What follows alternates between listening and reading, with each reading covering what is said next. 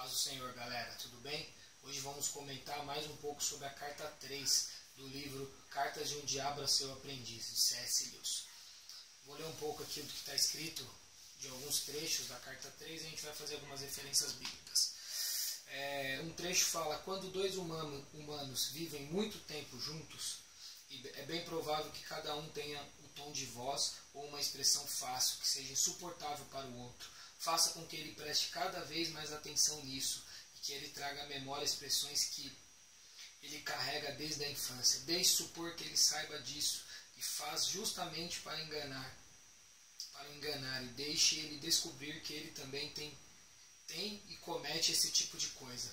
Amém? Então a gente começa a ver que a estratégia de Satanás é justamente essa, muitas vezes criar situações normais do cotidiano entre um filho, uma mãe, entre um marido e uma esposa, fazer com que essas situações se tornem insuportáveis, ao ponto do marido discutir, da mulher discutir, do filho discutir, da mãe discutir.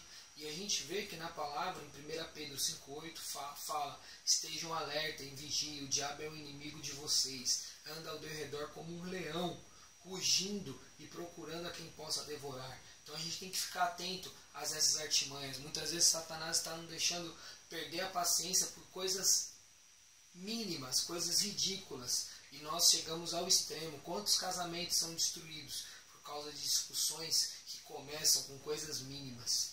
A gente deve prestar muita atenção.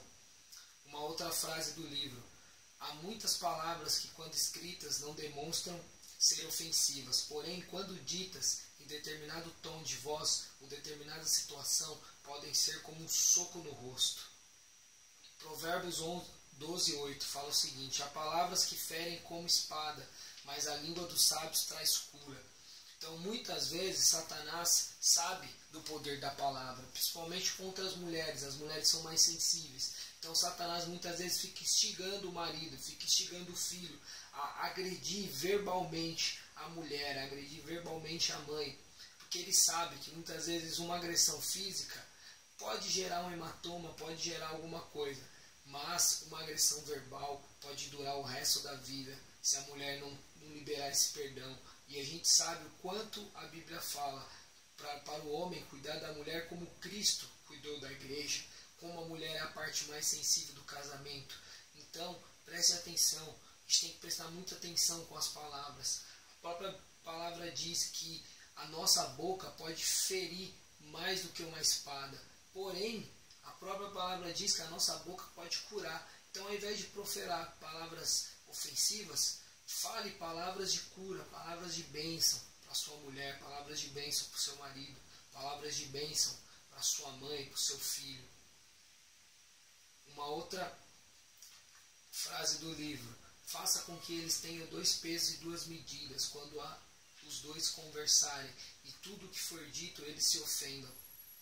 Mateus 24, do 25 ao 26. Ai de vocês, mestres da lei e fariseus hipócritas, vocês limpam o exterior do copo e do prato, mas por dentro eles estão cheios de ganância e cobiça. Fariseu cego, limpa primeiro o interior do copo e do prato, para que o exterior também fique limpo. Então a gente começa a ver o quanto muitas vezes nós, dentro de casa, tomamos atitudes totalmente diferentes se nós estivéssemos fora de casa. Muitas vezes, uma pessoa nos ofendendo fora de casa, nós não fazemos nada, nós simplesmente agimos de forma correta, temos mansidão, temos domínio próprio, ficamos chateados, mas nós não discutimos. E dentro de casa, muitas vezes é diferente. Muitas vezes uma resposta da mulher, uma resposta do homem, já é um motivo para o caos completo. E nós não sabemos absorver isso. Quantos homens, quantas mulheres aguentam desaforos imensos fora de casa, e dentro de casa, muitas vezes não conseguem ouvir um não, que já é motivo para o barraco, para destruir tudo, para quebrar a casa. Então nós devemos pensar nisso.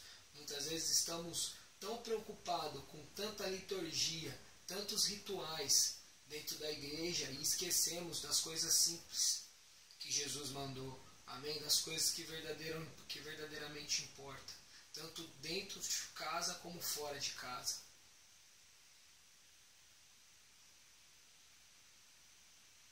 O livro livro dá até um exemplo. Basta que eu pergunte quando o jantar vai ficar pronto para ela ter um excesso de fúria.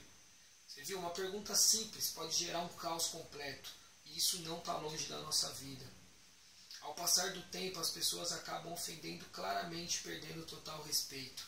Salmo 42:7. O abismo chama abismo, ao rugir das tuas cachoeiras, todas as tuas ondas e vagalhões se abateram sobre mim.